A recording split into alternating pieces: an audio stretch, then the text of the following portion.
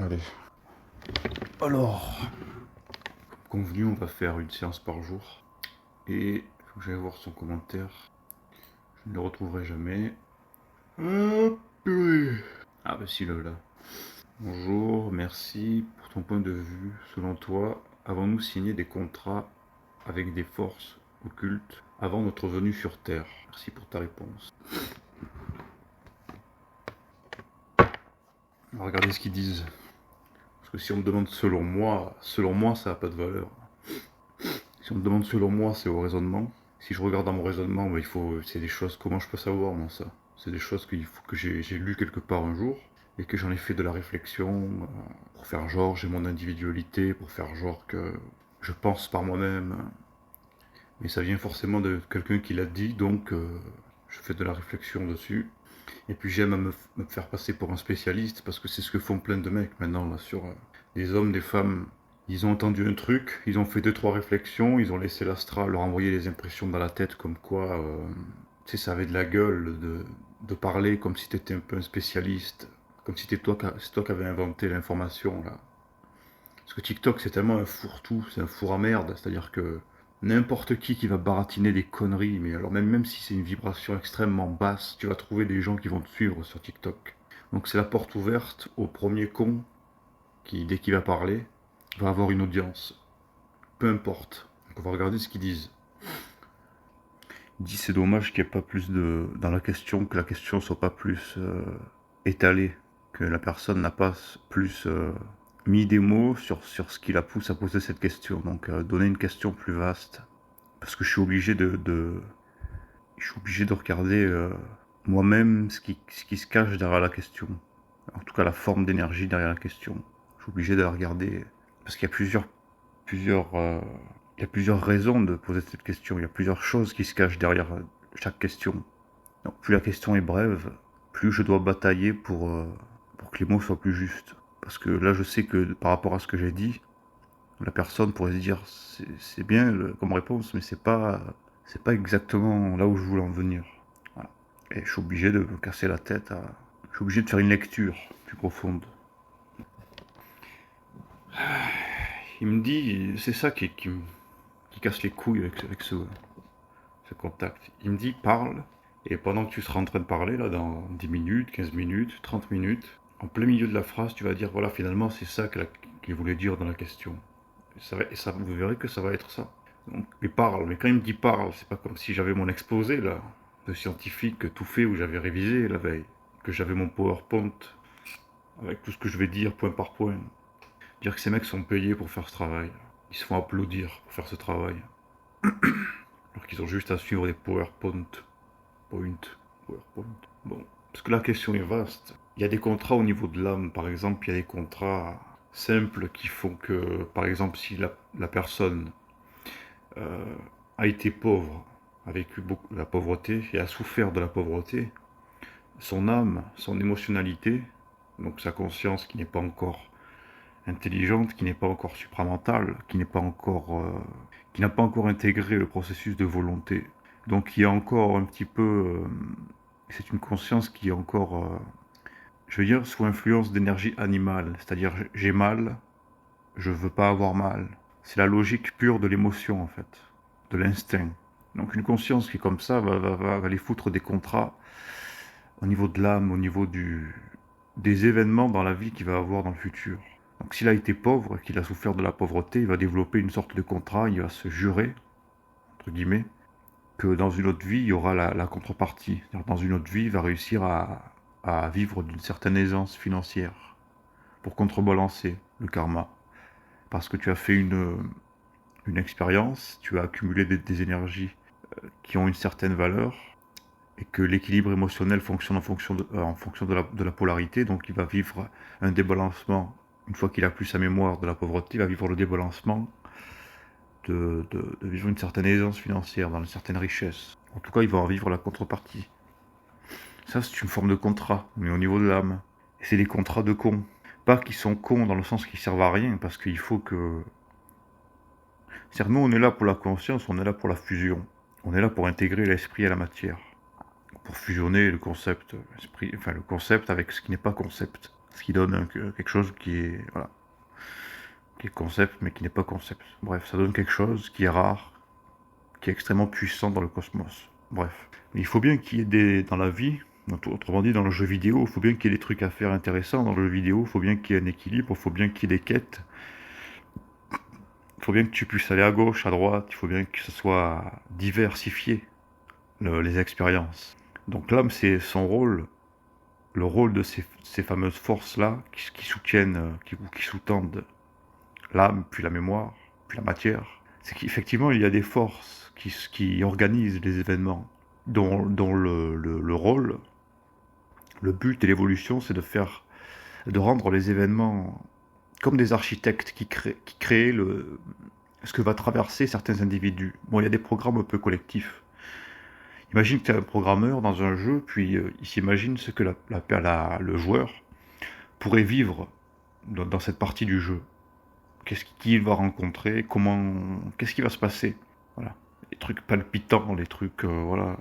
C'est un peu leur rôle d'architecte, de créer ce que tu vas vivre au niveau de la pauvreté, comment tu vas la vivre, quand c'est qu'un problème avec ta bagnole va surgir, quand c'est que tu vas perdre un proche, quand c'est que ceci, quand c'est que cela, de quelle manière vont réagir ta famille, qui sera là pour te soutenir, qui ne sera pas là, qui va te trahir, qui va ceci, qui va cela. Ce sont des architectures d'événementiel qui sont créées. Ce sont des niveaux d'énergie qui éventuellement se structurent en tant qu'intelligence, éventuellement bénéficient un tout petit peu de la conscience de l'homme, du joueur. En tout cas, réagit en fonction de la conscience du joueur. C'est-à-dire que ces forces-là ne sont pas nécessairement conscientes, ce ne sont pas des gens qu'on peut rencontrer, qu'on peut leur parler. Tu ne parles pas aux architectes matériels, événementiels, au niveau de ce qui se passe au niveau des énergies de la matière, mais ça va réagir un peu en fonction de la conscience. Et malheureusement, moins l'individu est conscient, donc plus il est, comme je l'ai dit tout à l'heure, dans une conscience qui est logique, survie, animale encore. J'ai été pauvre, je veux ceci, voilà. J'ai froid, je veux aller dans un endroit chaud. J'ai trop chaud, je veux aller dans un endroit frais. C'est toute la mécanicité qui justifie la polarité, ce qu'on appelle la polarité. Lui-même, cet individu, ne va pas rendre ses forces conscientes. Les architectes ne sont pas conscients. Donc des contrats, on en a tout un tas, mais on n'est pas nécessairement au courant. Et les forces elles-mêmes en face, avec lesquelles on aurait éventuellement fait ces sortes de contrats ou de liaisons, nous sommes liés à elles, nous sommes attachés à elles. Elles non plus ne savent pas, ne sont pas au courant du contrat. Il faut que l'individu soit conscient pour que les forces en lui soient conscientes. Parce que l'individu, c'est quoi? L'individu est constitué de toutes ces forces, de différents niveaux d'énergie qui communiquent entre elles. Donc il y a des contrats un peu partout, il y en a de ça là. Il y a des contrats entre des âmes et des âmes, il y a des contrats entre l'ego et l'âme, puis il y a des contrats entre ce qui est esprit, lumière, avec la matière. Ils sont très anciens ceux-là. Donc il y a effectivement des alliances. Il y a des... Vous voyez par exemple les artistes, pas les artistes, mais les comédiens, les acteurs et comédiens, eux ils sont dans un autre monde. On les voit il y en a qui font des TikTok. Il y a des Franck Dubosc, il y a des Gad Elmaleh là, qui font des TikTok et qui parlent à leurs fans. Mais on voit que ces gens sont dans un autre monde. Ils sont pas venus... Enfin, eux pensent qu'ils sont connectés au monde. Ils pensent qu'ils sont proches des gens. Parce qu'ils sont connus, parce qu'ils ont une carrière, parce qu'ils ont effectivement rencontré plein de gens qui les remerciaient, qui les soutenaient, qui les aimaient même. Donc ça donne un peu le sentiment que t'es un peu une sorte de centre d'attention de grosso modo les gens qui peuplent la planète. Ils sont pas du tout dans le même monde que nous. Et ces êtres-là, ce qu'ils sont venus faire, ou en tout cas dans quoi ils sont prisonniers, c'est qu'ils sont venus... Ce qu'ils sont venus faire, c'est bien différent de ce que d'autres sont venus faire ici. Ils ne voient pas le niveau de vanité, à quel point cette vanité, elle est... et c'est malheureux pour eux, je ne veux pas les attaquer ou les rabaisser, j'essaie juste de regarder, d'utiliser mon discernement. Parce que moi, je ne suis pas venu ici pour m'observer, comme certains. Certains sont venus pour s'observer, c'est-à-dire pour prendre conscience d'eux-mêmes, mais d'une manière sensitive, d'une manière vaniteuse. Ils ne voient même pas leur vanité, ces gens. Tu le vois, de toute façon, tu l'entends à la manière de comment ça vibre quand ils parlent, tu l'entends à la... Tu arrives à voir ce qu'ils pensent qu'ils sont le centre du monde.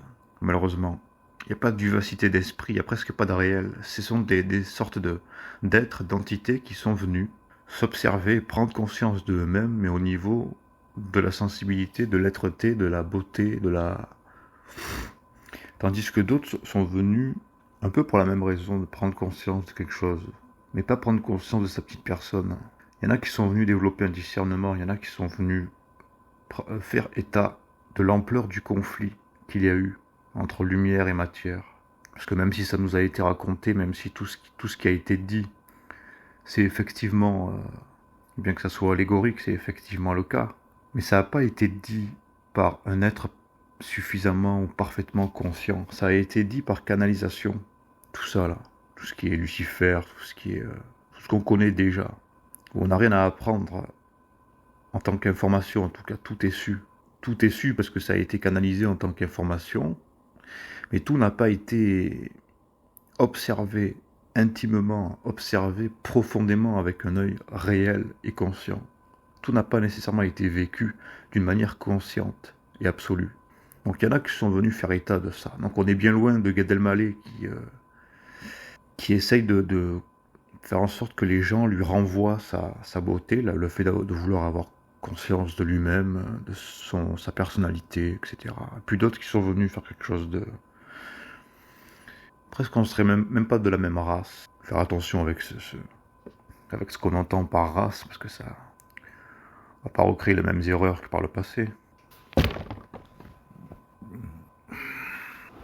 Maintenant, la question, elle spécifie avant notre venue sur Terre. Parce que ces contrats se sont faits pendant la venue sur Terre, ou se sont faits une fois venus sur Terre.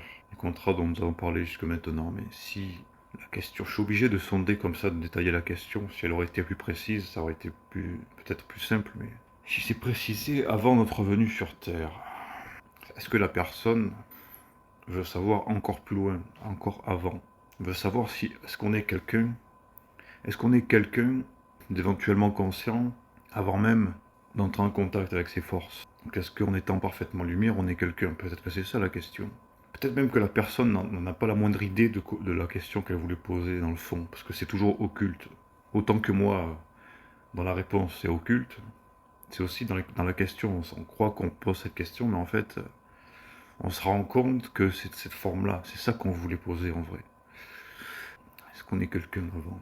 Si on va justement aussi loin que ça dans l'occulte, c'est que soi-même, en tant que lumière, on n'en a pas la moindre idée de pourquoi on a fait ça. Est-ce qu'on a été entraîné par accident? Est-ce qu'il y a un but divin qui fait justement partie de la confrontation, qui fait partie du maintien, du questionnement, qui fait partie du maintien de la quête? Est-ce que ta lumière a parfaitement le pouvoir de faire vibrer cette question comme ça, dans cette forme-là, justement pour créer l'opposition? Que nous, on a tendance à vouloir la réponse. Mais de son point de vue, la réponse, il n'y en a pas. C'est pas la réponse qui est importante. C'est que quand on se pose la question, on apporte une sorte d'attention dans une direction éventuellement précise ou quelconque. En tout cas, dans cette direction-là. Et c'est à travers cette observation vers cette direction que la lumière fait son travail d'ajustement progressif. Que quel intérêt il y aurait pour cette lumière de faire savoir à sa contrepartie matérielle pourquoi. Ça se trouve, elle n'en a pas la moindre idée, parce que cette lumière, elle avait... On aime ça parler de conscience collective, de conscience de l'unité. Que la lumière, elle avait une forme, il y avait une conscience. Mais c'est pas la même conscience c'est pas une conscience consciente. C'est une... Ça n'a rien à voir avec la conscience que l'on connaît. Donc ce n'est pas une conscience qui va avoir l'information précise, individualisée pour elle-même, pour sa petite personne. C'est une forme de conscience, mais qui ne fonctionne pas comme nous on fonctionne. Parce qu'on a été trafiqué par une race extraterrestre. Une race qui a remarqué que si on changeait un petit peu les paramètres de cette conscience, on pouvait la diriger. On pouvait changer son niveau d'énergie et en faire une conscience réflective. Une conscience miroir. C'est-à-dire le miroir, qui reflète le miroir, qui reflète le miroir. Puis ça va à l'infini, cette histoire-là. Quand tu prends ton miroir, là, que tu le mets dans un autre miroir, que tu essayes d'aligner, là, que tu vois, ça va à l'infini. C'est ça qu'ils ont créé, ces gens-là, ces races-là, avant notre venue sur Terre. Il me dit que ça dépend jusqu'où on regarde. En tant que lumière absolue, en tant que vide éternel, et intersidéral et intemporel, en tant que vide et intelligence absolue, il y a des niveaux de création qui se sont formés. En tant que lumière, la lumière va partout, de par sa nature absolue, de par sa nature instantanée. Toute forme qui va créer la lumière, ce qu'on appelle la lumière, là je fais la contrepartie de la lumière visible, matérielle, la luminosité, ce qui éclaire. Chaque objet qui va être créé, chaque forme qui va se former, la lumière va le toucher, c'est comme ça, c'est sa nature, elle va aller partout. Et puis créer les ombres en fonction de la forme, puis en fonction du point de vue de la lumière, de cette lumière, d'où est-ce qu'elle vient, de sa provenance, va projeter l'ombre derrière. Donc la lumière, il n'y a pas qu'elle a fait un choix, ou qu'elle a fait un contrat. De poser cette question dans cette forme, c'est manquer de contact avec le subtil, avec l'occulte, avec l'intelligence, et que cette énergie qui est occulte, subtile, fait comprendre, même si on ne peut pas trop le dire dans ces mots-là, parce qu'il y aurait trop d'interprétations, mais fait comprendre qu'il y a tellement de hiérarchisation, tellement de différentes structures, tellement de différents niveaux d'énergie, tellement de différentes intelligences éventuelles qui se sont formées, des points d'observation, des points de ce qu'on pourrait appeler conscience. Ils ne sont pas conscients comme nous, mais ils ont une forme de conscience, diverses formes de conscience. Il y a diverses sphères de conscience qui se sont élaborées, du plus lointain au plus intrinsèque à nous-mêmes. Et d'essayer quand tu poses la question de ce qu'on a fait des contrats, mais qui parle? Qui demande qu'a fait un contrat? Et avec qui? Avec quoi? Il y a trop de choses qu'on devra savoir et qui sera susceptible d'éliminer cette question. Ou en tout cas dans la forme dans laquelle elle est posée. Mais l'ego, c'est un sadomaso, il veut quand même la réponse. On dirait qu'il aime la frustration qu'on ne lui réponde pas, tel qu'il voudrait que ça réponde. Mais qu'est-ce qu'il voudrait comme réponse, si ce n'est du mensonge? Il y a une recherche de sens. Dans le fond, c'est pas qu'il veut la réponse à cette question, c'est qu'il veut savoir c'est quoi le sens de ça, pourquoi est-ce qu'il n'est pas parfaitement bien dans sa vie. C'est ça la question derrière ça. C'est quoi le sens ou le manque de sens qui fait que je suis pas parfaitement bien dans mon être, que je ne me vois pas parfaitement?